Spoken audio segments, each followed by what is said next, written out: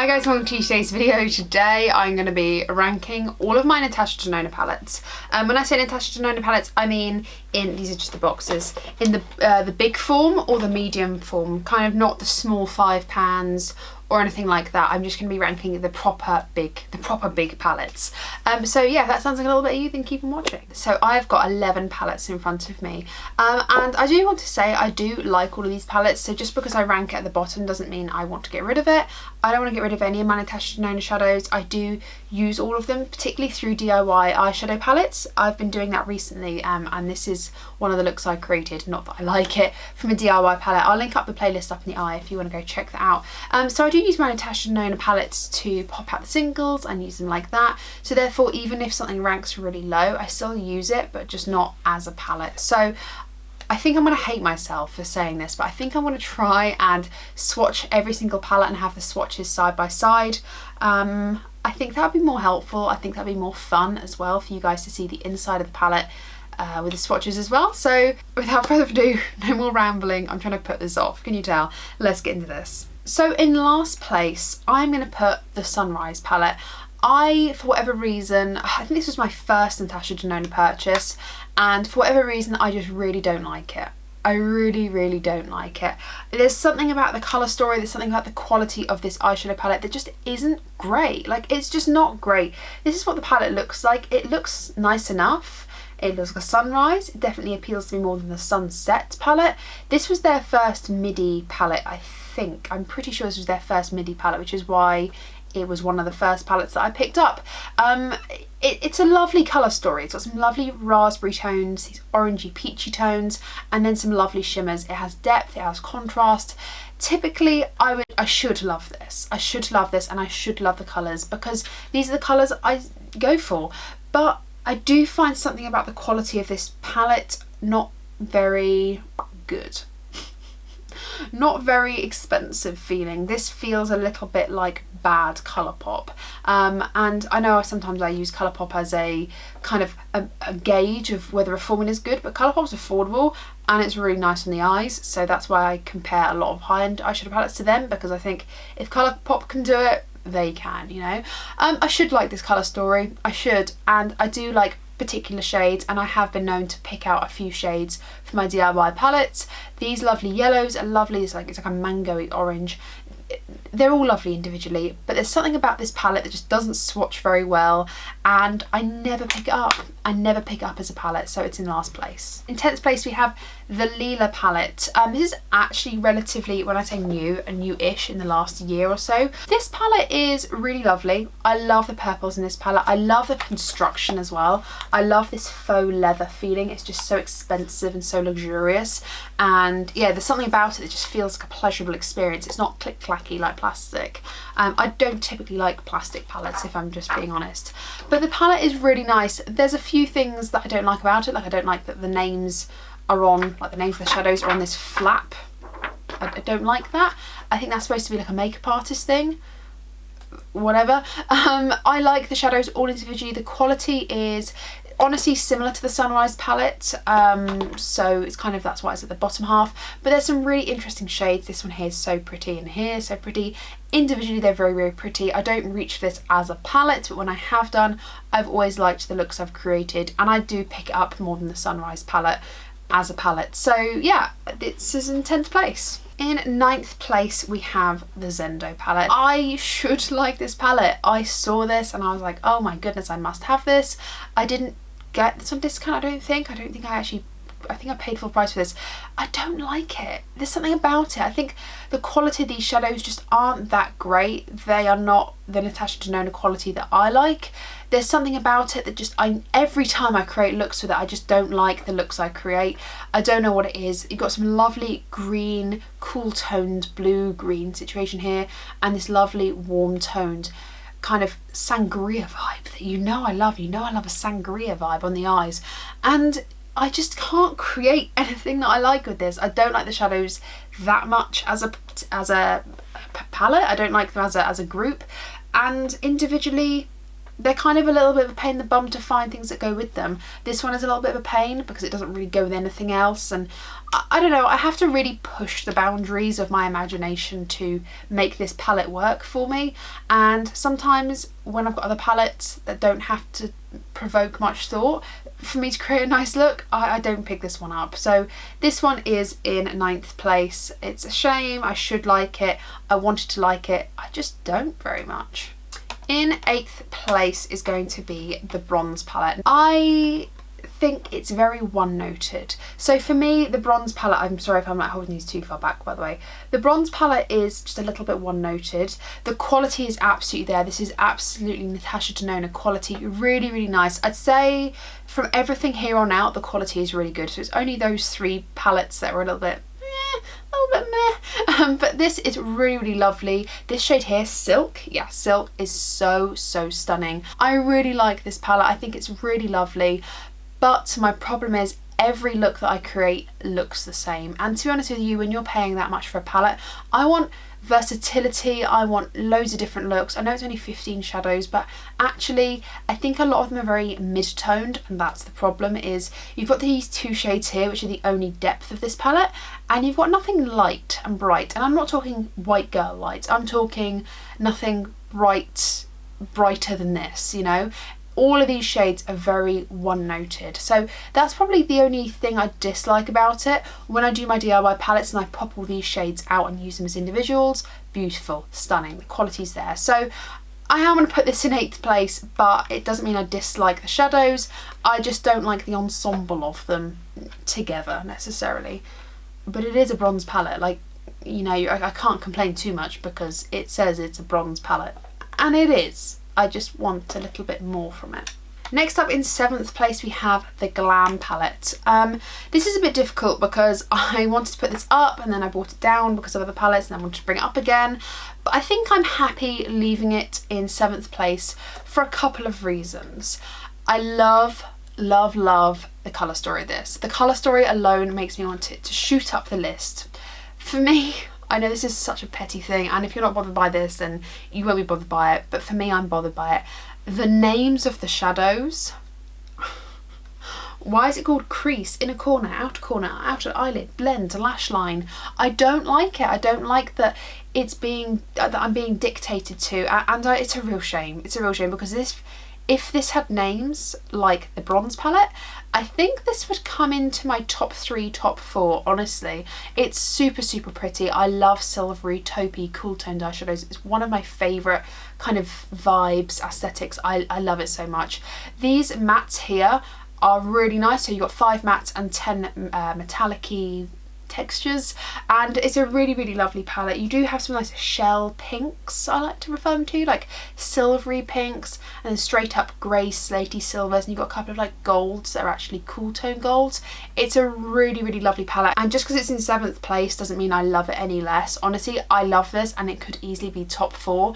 It is bringing it down because the experience for me personally, the experience is brought down by the names of the shadows. I know that's such a superficial thing, and I know that's such a stupid thing. Should I put this up? No. I love this, and I would absolutely repurchase it if it went out of my collection. I'd say from this point on in the ranking, if any of these palettes went missing or broken, I would replace them, and this is a palette that I would happily replace because I do truly love it. I feel so bad that some of these palettes are not ranked up high, but someone's got a rank there. The palette in 6th place is the Circo Loco palette. Why is this packaging so off-centre? When we talk about experience, this is just a bit like the Glam experience for me. It's just like something's missing. It's just a little bit weird. I don't mind the checkerboard. Trust me, I quite like the checkerboard, but why is it so skew with? Why is it so skew with? So I don't understand. I don't like it. I don't like that it's so skew with. But the Circo Loco palette I think is just so much fun.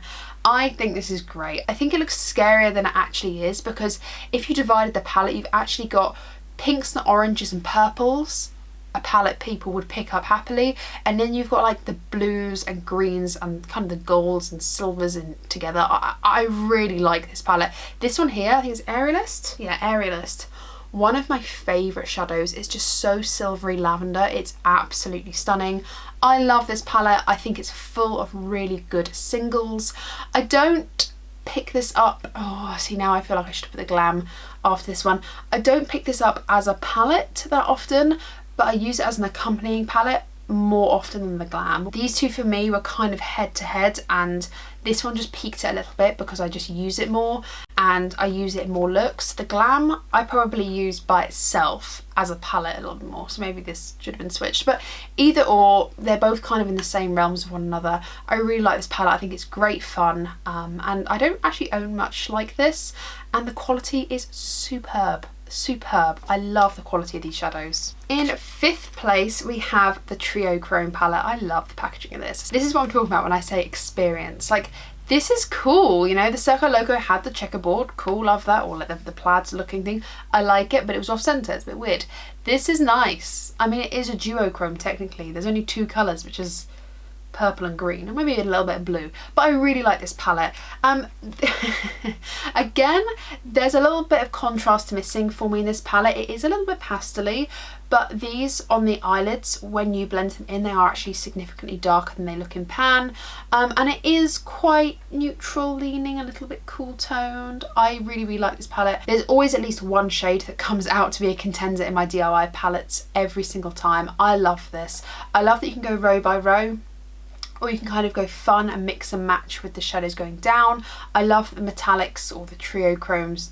They're not, if you're after trio chromes, this isn't the palette to go for. There's nicer trio chromes out elsewhere, but these are actually really nice. They're very smooth, very buttery, but they're not the best trio chromes I've ever tried in my life. You can get better multi-chromes from Cleona, multiple Terra Moons. I can't even think of them. There's loads of brands out there that you can get better trio chromes from, but this is a really, really nice palette. This is very grungy, it's very me. I love the top row because it's green. I also love the middle row, lovely, lovely purples, and then we have that sangria vibe. You know I like it. It's like those peachy, pinky, purpley.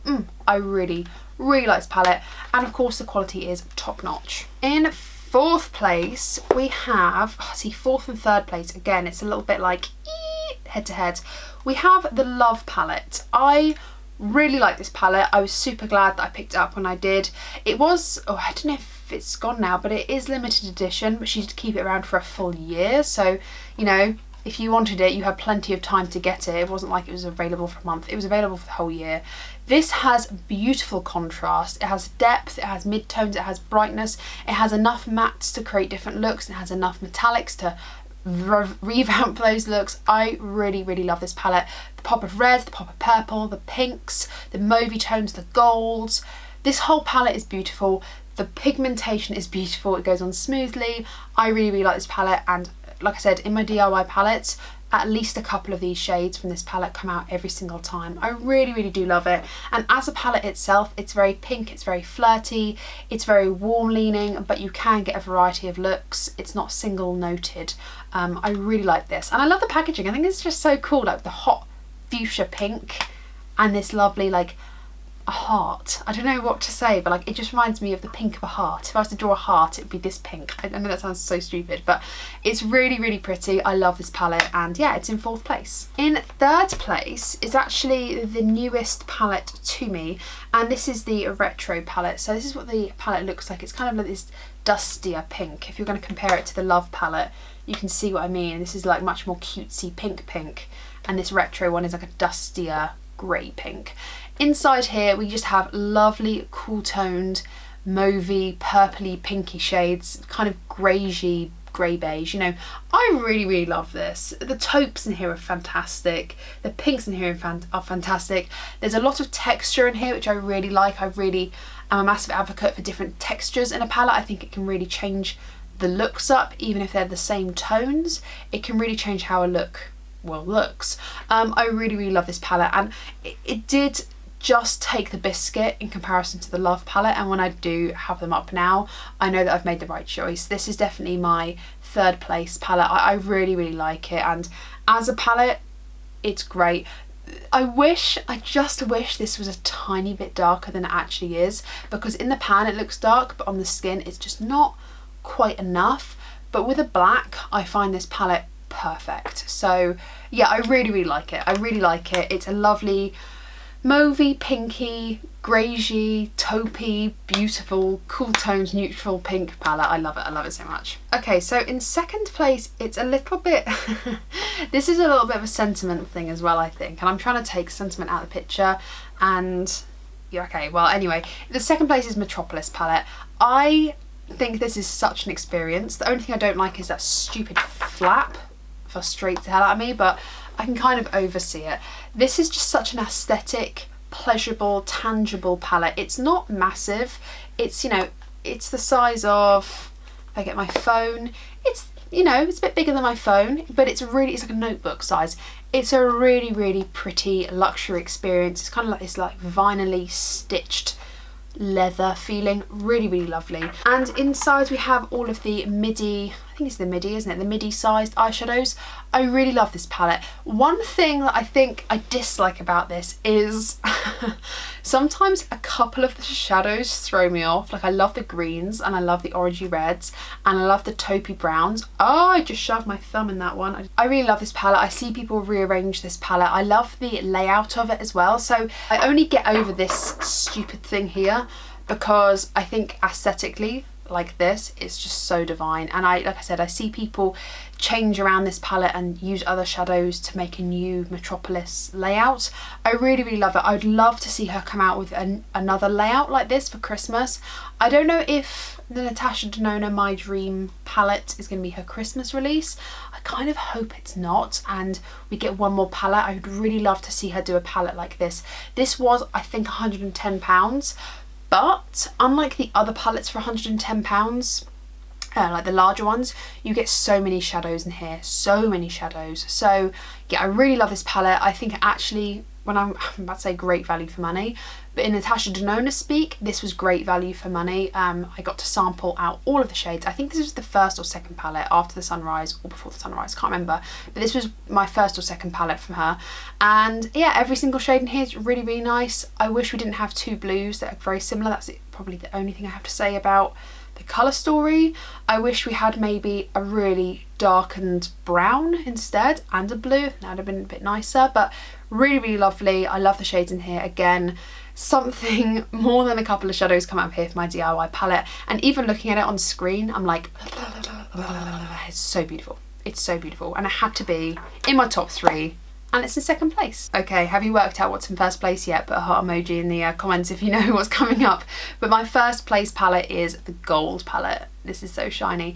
The gold palette for me is just something that I just absolutely pour over. The experience of this palette, first of all, is this beautiful shiny, you can see it's shiny, shiny, pleather, stitched, hard, expensive packaging. It just screams luxury to me. This is a luxurious experience. You can look at it and go, that's expensive looking. It's beautiful. And then when you open it, yes, you have the irritating PVC piece here, but I can overlook it because inside the palette is absolutely beautiful. Even if you enjoy colour, this is like a dark, sultry, neutral palette for someone who wants to dip their toe into more than just something neutral. It's not a boring neutral palette by any means. These textures in here, these like greeny blues in this section, it's stunning and I love them.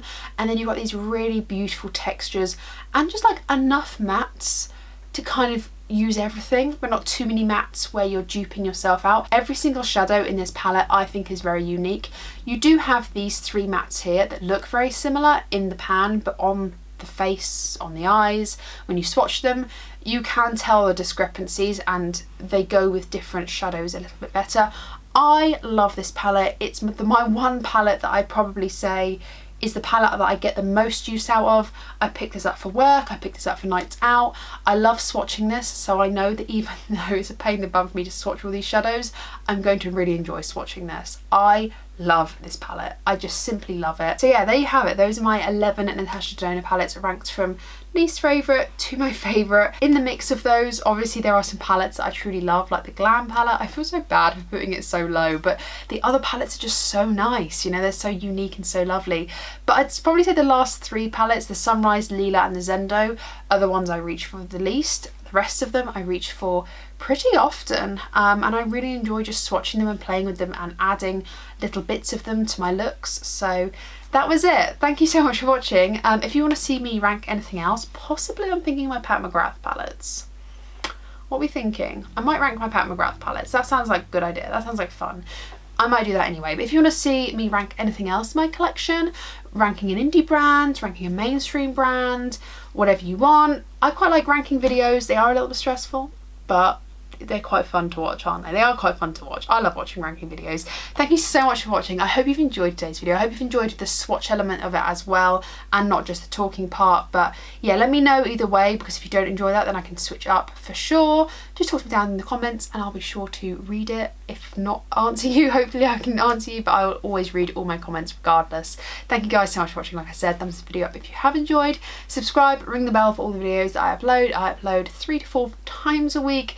I aim for 3 at the very least. And yeah, thanks for watching guys. Take care, stay safe, and I'll see you in the next one. Bye.